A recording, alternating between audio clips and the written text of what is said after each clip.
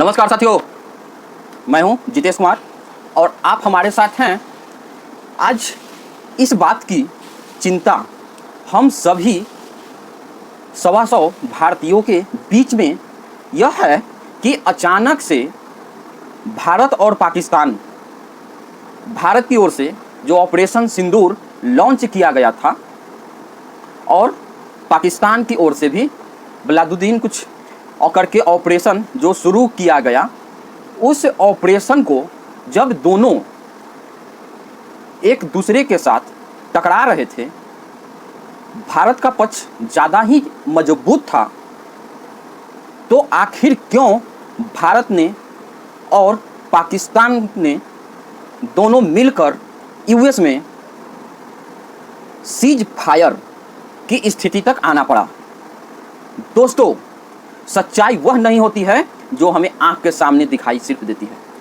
सच्चाई कभी कभी वहाँ पर भी होती है जो हमें अपनी आंखों के सामने या तो दिखाई नहीं पड़ती है, या तो हम देख नहीं पाते हैं, या बहुत सारी चीज़ें हमको समझने की आवश्यकता है।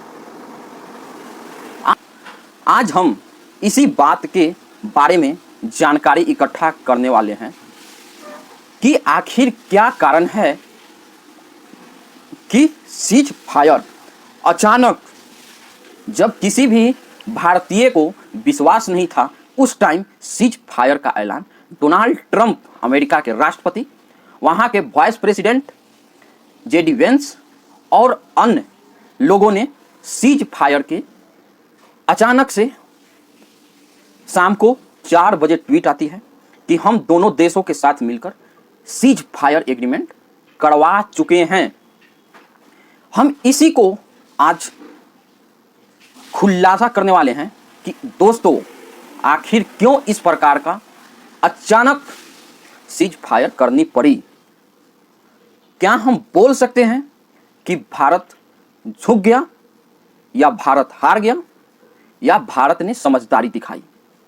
ये सारी चीज़ें मैं आपके विवेक पर छोड़ता हूं। दोस्तों, मेरा काम है सामने तथ्य रखना, और मैं सिर्फ वही काम करूंगा, सामने तथ्य रखूंगा। सही क्या, गलत क्या, हार क्या, जीत क्या, इसका डिसीजन दोस्तों सिर्फ और सिर्फ आपको लेना है।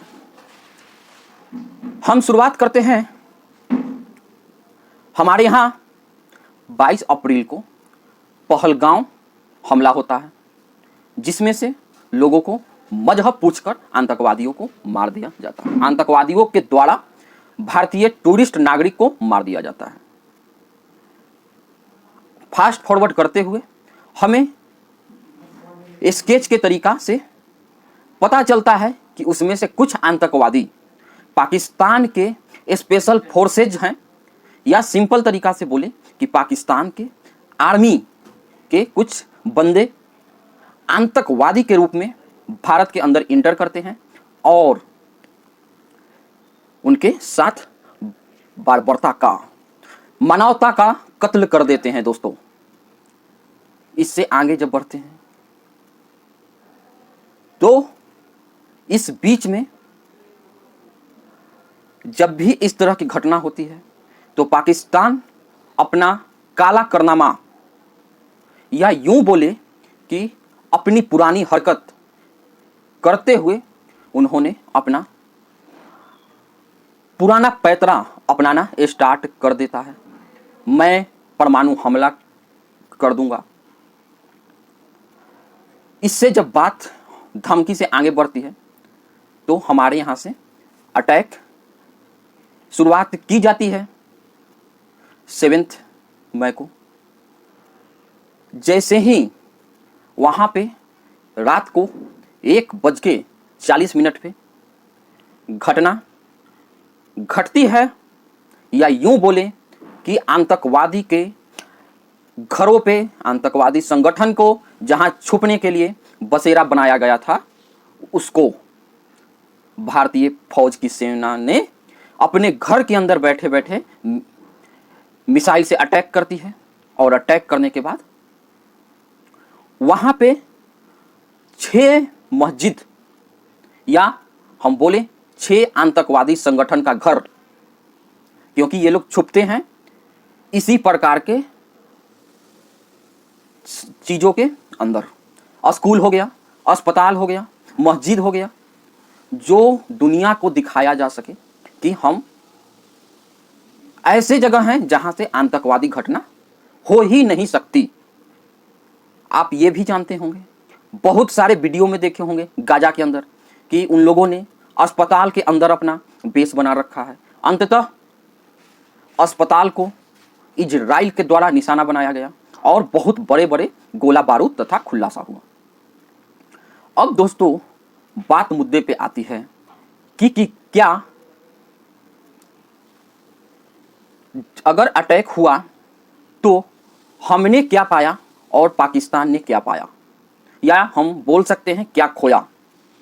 तो जी हाँ दोस्तों, हमने 3 प्रकार से पाकिस्तान के ऊपर वार किया था, जिसमें से मिलिट्री लेवल का वार किया, उसके बाद पॉलिटिकल लेवल का वार किया और तीसरा साइकोलॉजिकल लेवल का वार किया। दोस्तों अब क्वेश्चन उठती है कि क्या इन तीनों में हमने जीत हासिल की या हारा। तो ये डिसीजन मैं आपके ऊपर छोड़ता हूं। हम जानते हैं कि जब मिलिट्री लेवल की ऑपरेशन की गई तो उसमें से 12 बड़े पाकिस्तान के अंदर मिलिट्री बेस को तबाह बर्बाद कर दिया गया। उसके बाद मल्टीपल फाइटर जेट को निशाना बनाया गया, जिसका सबूत हमें आज अपने एयरफोर्स के जो भी डिफेंस के फोर्सेज हैं उन्होंने हमें प्रेस कॉन्फ्रेंस के द्वारा इस बात की सूचना दी।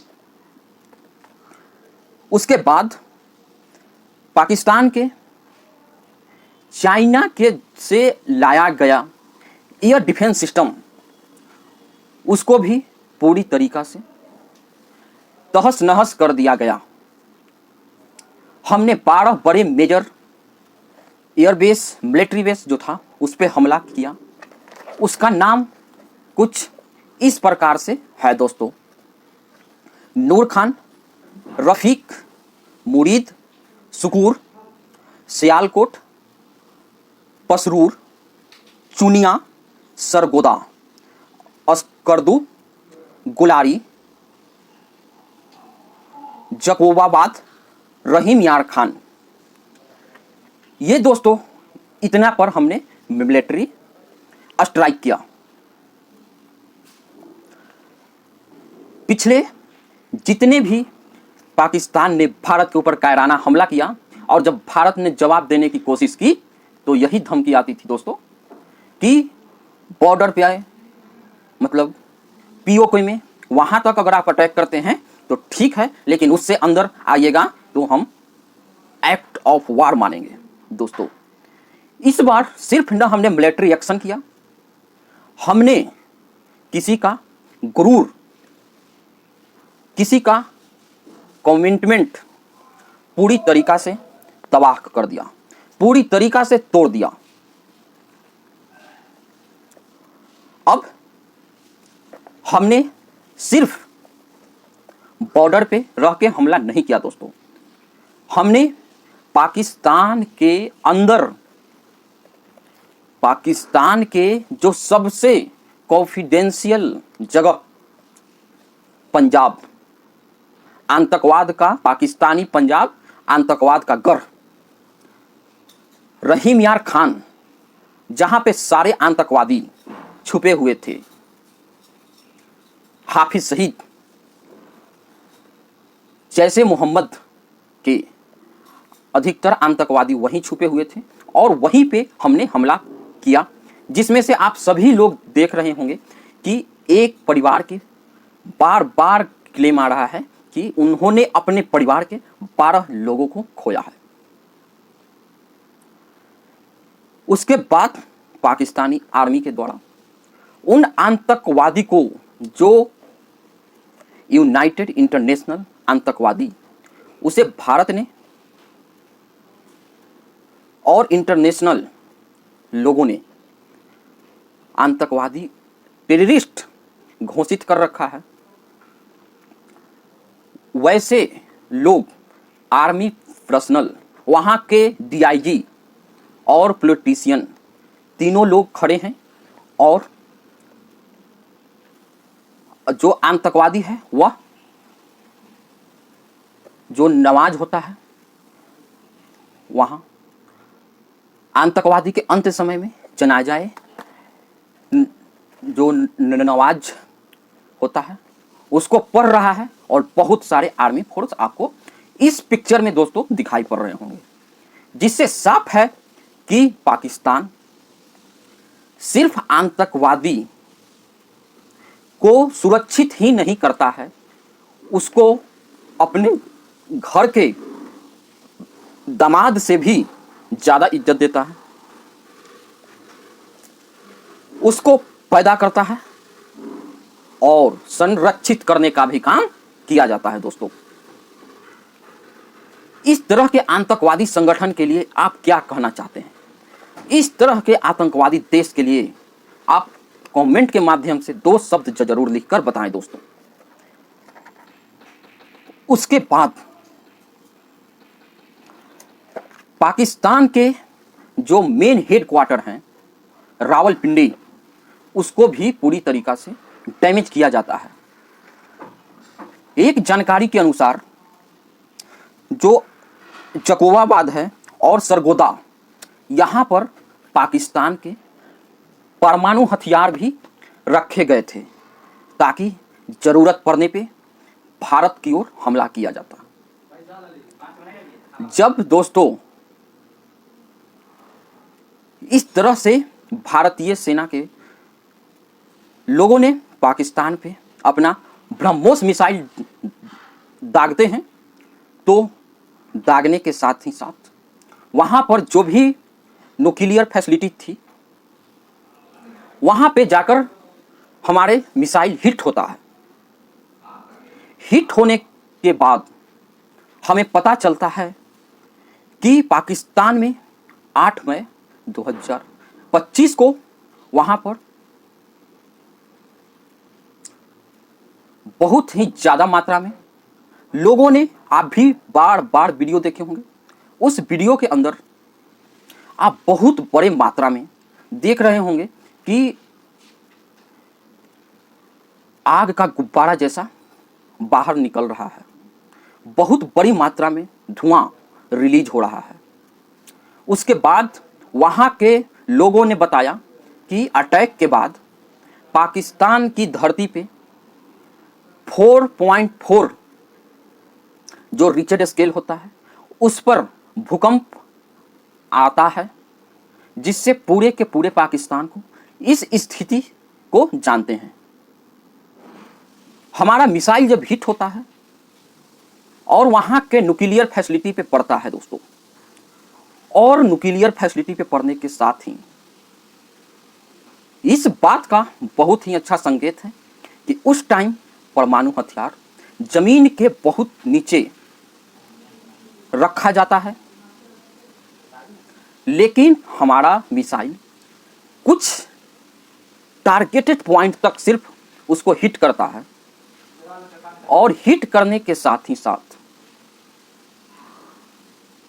बहुत ही ज़्यादा वहाँ के सेना के अंदर स्थिति पैनिक हो जाती है। जमीन के बहुत अंदर होने के साथ इस चीज़ का कम से कम खतरा टल जाता है कि जितना तबाही एक परमाणु बम कर सकता है, एक अनुमान के मुताबिक हमने जब स्टडी किया तो पाया कि जहाँ पे सघन मात्रा लोगों की पॉपुलेशन ज़्यादा नहीं होती है, तो एक परमाणु बम से अगर लोग दूर दूर दूर दूर रह रहे हैं तो लगभग 8 लाख लोगों की मृत्यु होती है। अगर सघनता ज़्यादा है, आबादी ज़्यादा है, तो मृत्यु भी बहुत ज़्यादा हो सकता है। लोग स्टडी के अनुसार 3 गुना ज़्यादा मृत्यु की संभावनाएं बन जाती है, जैसे कि लगभग 21 से 22 लाख लोगों की मृत्यु दोस्तों तत्काल हो जाएगी, और जो उसका रेडिएशन से प्रभाव पड़ेगा उसका और ज़्यादा नुकसान देखने को मिल सकता है। जमीन के अंदर होने के कारण भूकंप आया, लेकिन बाहर वहां पे जहां पे हुआ वहां नुकसान हुआ है, लेकिन खतरा अभी टला नहीं है दोस्तों। अब जमीन के अंदर से रेडिएशन लीक होने लगा है। जब रेडिएशन वहां से लीक होने लगा है तो इसको आनन फानन में रोकने के लिए इसकी जानकारी जो इंटरनेशनल परमाणु का देख रेख करते हैं ICAR जो करके होता है, वह उसको जब पता चलता है तो वह यूनाइटेड स्टेट ऑफ अमेरिका को इस बात को आनन फानन में जानकारी दी जाती है कि वहां अब न्यूक्लियर तो एक्सप्लोजन हो चुका है, लेकिन अब क्योंकि जमीन के अंदर से रेडिएशन निकलने का खतरा बहुत ज्यादा बन जाता है। अगर रेडिएशन नहीं रोका गया तो यह भी तबाही का मंजर ला सकता है दोस्तों। जब यूनाइटेड स्टेट को यह खबर पता चलती है तो आनन फानन में आप पिक्चर में देख पा रहे होंगे कि वहां से तुरंत इमरजेंसी तरीका से जो रेडिएशन रोकने का काम करते हैं, जितने उपकरण की आवश्यकताएं पड़ती है, जितने ज्यादा लोग इसको बचाने के लिए जो इंटरनेशनल संस्थान है वह काम कर सकती है, तो वह करने के लिए आनन फानन में आती है और सारे के सारे काम में लग जाते हैं, जो कि आप पिक्चर के द्वारा आपको पता चल रहा होगा। अब एक तरफ स्थिति बहुत ज्यादा पैनिक है दोस्तों, दूसरी साइड यूनाइटेड स्टेट को जब पता चलता है तो वहां के अभी राष्ट्रपति डोनाल्ड ट्रंप ने अपने एक्स के हैंडल पे एक ट्वीट करते हैं, जो ट्वीट आप देख पा रहे होंगे, जिसमें साफ साफ यह बताया जा रहा था कि मैंने एक समझौता के द्वारा मिलियंस ऑफ पीपुल का लाइफ बचा लिया। दोनों साइड से मैंने बहुत सारे लोगों को जान बचाया है और समझौता करवा दिया है। उसके बाद पोस्ट को थोड़ी देर बाद डिलीट कर दिया जाता है। उसके बाद से फिर कुछ घंटे के बाद जब जो दोनों देश में जब स्थिति पैनिक था, भारत भी इस स्थिति को समझते हुए, समझदारी दिखाते हुए, मूर्खता न करते हुए इस चीज पे अपना डिसीजन बदल देता है कि अब हम सीज फायर करेंगे। इस चीज को दोस्तों आप क्या कहना चाहेंगे? समझदारी कहना चाहेंगे या हार जाना कहेंगे? दूसरी तरीका में, अगर एक देश जान रहा है कि मेरा जो न्यूक्लियर फैसिलिटी था उस पर हमला हुआ, उसके अंदर एक्सप्लोजन हुआ, तो क्या इस स्थिति में वह नहीं चाहेगा कि जब हम मर रहे हैं तो हम दूसरे को भी मार के मरे, हम भी नुक प्रयोग करें? और ये पागल के बच्चे बार बार इस तरह से पहले भी धमकियां लगा चुके हैं। इस स्थिति को देखते हुए वहां के अमेरिका के वाइस प्रेसिडेंट जेडी वेंस ने भी अपने ट्वीट के माध्यम से यह बताया कि हमने समझौता करवा दिया है और मैंने भी मिलियन ऑफ पीपुल के डेथ से, मृत्यु से बहुत सारे लोगों को बचा लिया है। इसके बाद बहुत सारे एंकर ने, वहां के यूनाइटेड स्टेट के लोगों ने इस तरह के बातें बोलना स्टार्ट कर दी। इसका मतलब हमें साफ साफ दिखाई पड़ रहा है कि वहां सभी लोगों को इस चीज के बारे में जानकारी पता चल चुकी थी। आप हमारे एयरफोर्स के जब जवान प्रेस कॉन्फ्रेंस कर रहे थे तो आपने देखा होगा कि उनके चेहरे पे हल्का हल्का मुस्कान तो दिखाई पड़ रही है, लेकिन उसमें हमें दिखाई पड़ रहा है कि कहीं ना कहीं पीछे कुछ उनके अंदर खुशी छुपी हुई दिखाई पड़ रही है। आपके सामने एक बात और मैं दोहराना चाहता हूं। जब न्यूक के बारे में इंफॉर्मेशन पता चलती है और भारत सरकार ने तीनों प्रकार से जो एक्शन लिया, उसमें से पॉलिटिकल एक्शन इस प्रकार से लिया गया दोस्तों कि वहां के रक्षा मंत्री ने अपने उलूल जुलूल बयान को दिया, जिसमें आपने भी देखा होगा कि उन्होंने बताया कि हमने ये यहाँ तबाही कर दी, यहाँ तबाही कर दी। तो एंकर द्वारा पूछा जाता है सबूत क्या है, तो उन्होंने बताते हैं कि सोशल मीडिया। आतंकवाद के बारे में पूछा जाता है तो बोले कि हाँ, हम आतंकवाद फैला रहे हैं, आतंकवाद हम पिछले 2 दशक से कर रहे हैं, यूनाइटेड किंगडम ऑफ अमेरिका और ब्रिटेन के कहने पे। ये सारी की सारी बातें आज सामने हैं। अब न्यूक्लियर की स्थिति में अमेरिका द्वारा आनन फानन में सारे चीज भेज दिए गए हैं। वहाँ पे भूकंप की स्थिति हमें पता चलता है कि जब वहाँ पहले भी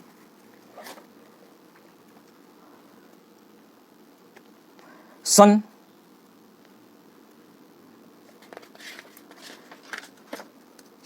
जब पाकिस्तान में परमाणु परीक्षण किया गया था, उस टाइम भी 4 पॉइंट का रिक्टर स्केल पे भूकंप आया था। तो इसमें हमें कोई भी दो राय नहीं होनी चाहिए कि वहाँ पे अटैक हुआ, लेकिन इस बात को दुनिया के सामने लाने में टाइम लगेगी। इसीलिए आनन फानन में इस तरह का डिसीजन लिया गया। लेकिन हम अपने वचनों से पीछे नहीं हटे दोस्तों। सीज फायर क्या है? सीज फायर एक टेम्पररी तरीका होता है जिसमें बॉर्डर पे अब दोनों ओर से फायरिंग नहीं की जाएगी। लेकिन क्या हम अपने वचनों पे अड़िग हैं? तो हाँ हैं। इंडस ट्रीटी वाटर जो हमने सस्पेंड किया था, अभी भी सस्पेंड किए हुए हैं, इस पे कोई बातचीत नहीं हुई है। उसके बाद दोस्तों हमने कहा था कि घर में घुसकर मारेंगे, तो हमने घर में घुसकर भी मारा, बहुत सारे तबाह किए, और उनका एक जो चेहरा है वह भी दुनिया के सामने उनके खुद डिफेंस मिनिस्टर के द्वारा लाया गया। कैसे आतंकवादियों को संरक्षण देते हैं, इसका भी चेहरा सामने लाया गया।